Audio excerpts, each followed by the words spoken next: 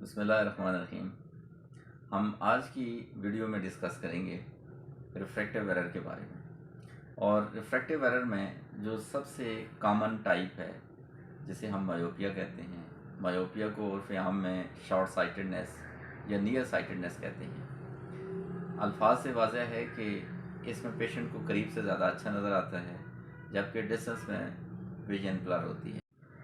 مایوپیا میں light raise retina سے پہلے فوکس ہوتی ہیں، اور ان لائٹ ریز کو ریٹنا تک پہنچانے میں پھر ہم کنکیو لینس، ڈائیورجنگ لینس یا مائنس کے عدسے استعمال کرتے ہیں، جس سے لائٹ ریز ریٹنا تک پہنچتی ہیں اور پیشنٹ کو کلیئر نظر آتا ہے۔ ریفریکٹیو ایرر کی جو پریولنس ہے، یہ ایک اسٹڈی کے مطابق 2050 میں تقریباً 50% آبادی مایوپک ہو جائے گی، اور ابھی بھی 20 سے 30% جو ہماری جنرل پاپولیشن ہے وہ مایوپک ہے، اور یہ جو پریولنس ہے یہ بچوں میں بہت کامن ہے۔ منور میموریل ہاسپٹل چکوال میں 2005 سے 2009 میں ہم نے ایک پروجیکٹ کیا، اور اس میں ہم نے دیکھا کہ ہائی اسکول میں پڑھنے والے تقریباً 9 سے 10% بچوں کی آئی سائٹ ویک تھی، اور وہ موسٹلی مایوپک تھے۔ مینس کہ اگر کلاس میں 100 کی اسٹرینتھ ہے تو 10 بچے ایسے تھے جن کو گلاسز کی ضرورت تھی، اور موسٹلی ان میں مایوپک تھے۔ اور جب سے آن لائن کلاسز سٹارٹ ہوئی ہیں، بچے زیادہ تر اپنا جو اسکول کا کام ہے، کالج کا کام ہے، وہ تھرو گیجٹس کرتے ہیں، موبائل کا استعمال کرتے ہیں، انٹرنیٹ یوز کرتے ہیں یا لیپ ٹاپ کا استعمال کرتے ہیں۔ تو اس کے بعد سے یہ جو پریولنس ہے مایوپیا کی، یہ بہت ڈرامیٹکلی انکریز ہو گئی ہے۔ اچھا، مایوپیا کے رسک فیکٹرز میں سب سے جو مین چیز ہے وہ جینیٹکس ہیں۔ مایوپیا فیملیز میں رن کرتا ہے۔ اگر پیرنٹس میں کسی ایک کو مایوپیا ہے تو بچوں میں امکان ہوگا کہ بچے بھی مایوپک ہوں گے، لیکن اگر والدین میں دونوں کو مایوپیا ہے تو موسٹ لائکلی بچے بھی مایوپک ہوں گے۔ ریفریکٹیو سرجری کے بارے میں لوگوں کی ایزمپشنز ہیں، میتھس ہیں، فیئرز ہیں کہ ایک تو یہ پروسیجر نارملی گلاسز لینزز سے ذرا کاسٹلی ہوتا ہے، لیکن یہ ہے کہ اس کا آؤٹ کم نیئر ٹو 99% ہے، اور اس کا سکسیس ریٹ بہت اچھا ہے۔ خصوصاً اب جو فیمٹولیسک اور اسمائل کے پروسیجرز ہیں، اس میں ویژن کی جو ریہیبلیٹیشن ہے وہ بہت کوئکلی ہوتی ہے، اور ایک بہت یوزفل میتھڈ ہے اگر آپ اینک سے نجات چاہتے ہیں۔ اور پھر یہ ڈیپینڈ کرتا ہے کہ آپ سوٹیبل کینڈیڈیٹ ہیں ریفریکٹیو سرجری کے لیے یا نہیں، اور اس میں خصوصاً آپ کی کارنیل تھکنس کو دیکھتے ہیں، آپ کی جو ریفریکٹیو ایرر ہے اس کو دیکھتے ہیں۔ عام طور پہ اسٹیگمیٹزم یا ہائپرمیٹروپیا کے جو پیشنٹس ہیں اس میں ریفریکٹیو سرجریز ایڈوائزیبل نہیں ہوتی، تو اس سے پہلے جو آپ کے پریلیمنری ٹیسٹ ہیں وہ ڈاکٹر دیکھتا ہے۔ اگر آپ کی آنکھ اس کے لیے موزوں ہے تو پھر آپ کو ریفریکٹیو سرجری ایڈوائز کی جاتی ہے۔ ہم اپنے لائف سٹائل میں کیا ایسا بدلاؤ کریں، کیا ایسی تبدیلیاں لے کے آئیں کہ یہ جو اینک کا نمبر بڑھ رہا ہے اس کو ہم کسی طریقے سے کم کر سکیں۔ اس میں جو نمبر 1 ہے وہ ہمارا آؤٹ ڈور ایکسپوجر ہے۔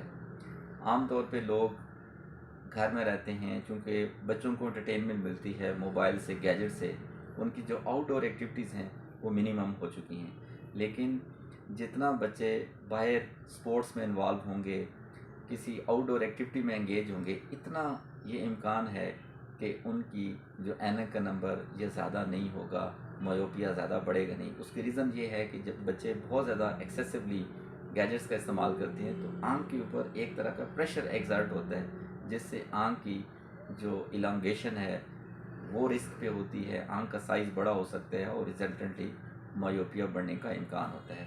تو سمپل یہی ہے، آپ کی صحت بھی اچھی رہے گی اور آپ کی اینک کا نمبر بھی نہیں بڑھے گا اگر دن میں آپ بچوں کو 1 سے 2 گھنٹے کے لیے ان کو ایڈوائز کریں کہ وہ بچوں کے ساتھ گراؤنڈ میں، چھت پہ، ٹیرس پہ کوئی آؤٹ ڈور ایکٹیویٹی میں اپنے آپ کو انوالو کریں، انگیج کریں۔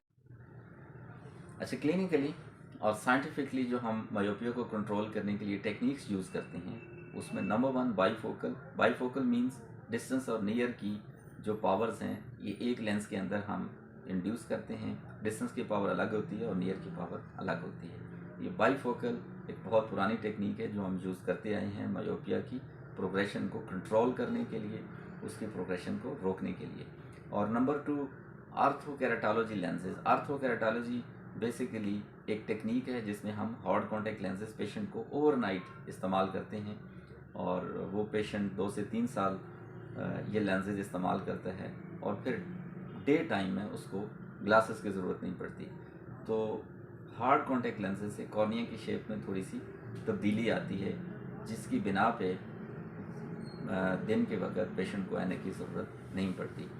اور نمبر 3 ہم ایٹروپین کا استعمال کرتے ہیں۔ ایٹروپین بیسیکلی ہمارے آنکھ کے اندر جو لینس کے ساتھ مسلز ہیں ان کو ریلیکس کرتے ہیں، اور یہ ایک drop once in a day ہم ڈالتے ہیں، لیکن ہماری یہ کوشش ہوتی ہے کہ جو لو کنسنٹریشن میں ایٹروپین اویلیبل ہے 0.2%، 0.25% یا 0.5% وہ ہم یوز کرتے ہیں ایک ڈراپ دن میں، اور اس کو ہم یوز کرتے ہیں اور پھر دیکھتے ہیں کہ اس کی مایوپیا کو کس حد تک کنٹرول کرنے میں ہم کامیاب ہوئے ہیں۔ تو کلینکلی اور سائنٹیفکلی 3 ٹیکنیکس ہیں۔ Number 1 orthokeratology, bifocal glasses, اور نمبر 3 ایٹروپین۔